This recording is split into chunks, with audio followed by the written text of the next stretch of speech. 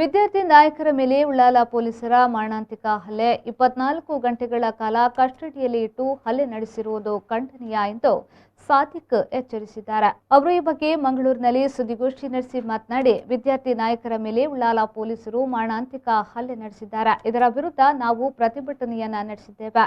ಉಳ್ಳಾಲ ಪೊಲೀಸರಿಗೆ ಎಚ್ಚರಿಕೆಯನ್ನ ಕೂಡ ಕೊಟ್ಟಿದ್ದೇವೆ. ಮಂಗಳೂರು ಕಮಿಷನರ್ಗೆ ಕೂಡ ಈ ಬಗ್ಗೆ ಮನವಿಯನ್ನ ಮಾಡಿದ್ದೇವೆ.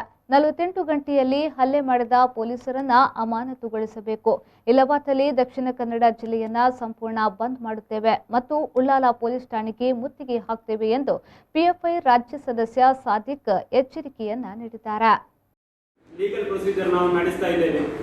ಇನ್ನು ಮುಂದಕ್ಕೆ ಇದರ ವಿರುದ್ಧ ಉಳ್ಳಾಲ ಪೊಲೀಸ್ ಠಾಣೆಯ ಸಿಬ್ಬಂದಿಗಳ ವಿರುದ್ಧ ಯಾವುದೇ ಕ್ರಮವನ್ನು ಮೇಲಾಧಿಕಾರಿಗಳು ತೆಗೆಯದಿದ್ದರೆ ಅವರನ್ನು 48 ಗಂಟೆಗಳ ಒಳಗಾಗಿ ಅವರನ್ನು ಠಾಣೆಯಿಂದ ಅಮಾನತು ಮಾಡದಿದ್ದರೆ ಉಳ್ಳಾಲ ಠಾಣೆಗೆ ನಾವು ಮುತ್ತಿಗೆ ಹಾಕ್ತೇವೆ.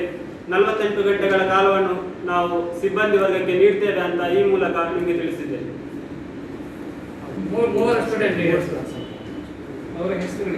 Hasan Siraj university student, Hampankatta Hasan Siraj Hampankatta university student. ಮತ್ತೊಬ್ಬರು Badru Munir Konaje university college student. ಮತ್ತೊಬ್ಬರು Inayat Deralakatte just degree complete ಆಗಿ ಇದ್ದಾರೆ. ಫುಲ್ ಡೇ ಇವಾಗ ಅವರು ಏನು 11 o'clock ಸ್ಟೇಷನ್ಗೆ ಕರ್ಕೊಂಡು ಹೋದವರು DCP ಬಂದು ಬೆಳಿಗ್ಗೆ ಬಿಡ್ತೇನೆ ಅಂತಲೂ ಹೇಳಿದರು. ಆದರೆ ನೆಕ್ಸ್ಟ್ ಡೇ 7 o'clock ತನಕ ಇವರು ನಮ್ಮನ್ನು ಬಿಟ್ಟಿಲ್ಲ. ಗಾಂಧಿದವರನ್ನ ಪಕ್ಕದಲ್ಲಿ ಇಟ್ಟುಕೊಂಡು ಸಮಾಜ ಸುಧಾರಣೆ ಮಾಡಲಿಕ್ಕೆ ಹೋದಂಥ ವಿದ್ಯಾರ್ಥಿಗಳ ಮೇಲೆ ಇವರು ದೌರ್ಜನ್ಯ ಮಾಡ್ತಾರೆ ಅಂತ ಹೇಳಿದರೆ ಇದನ್ನು ಯಾವ ರೀತಿ ನಾವು ಒಪ್ಕೊಳ್ಬೇಕು?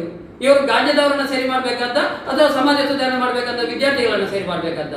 ಸಂಡೇ 7 o'clock ಈವ್ನಿಂಗ್ 7 o'clock ಇವರನ್ನ ಏನ್ ಮಾಡ್ತೇವೆ ನಾವು ಎಲ್ಲ ಪ್ರೊಸೀಜರ್ ಮುಗಿಸ್ಕೊಂಡು ಕರ್ಕೊಂಡು ಬಂದು ಐಲ್ಯಾಂಡ್ ಅಲ್ಲಿ ಅಡ್ಮಿಟ್ ಮಾಡೋದು.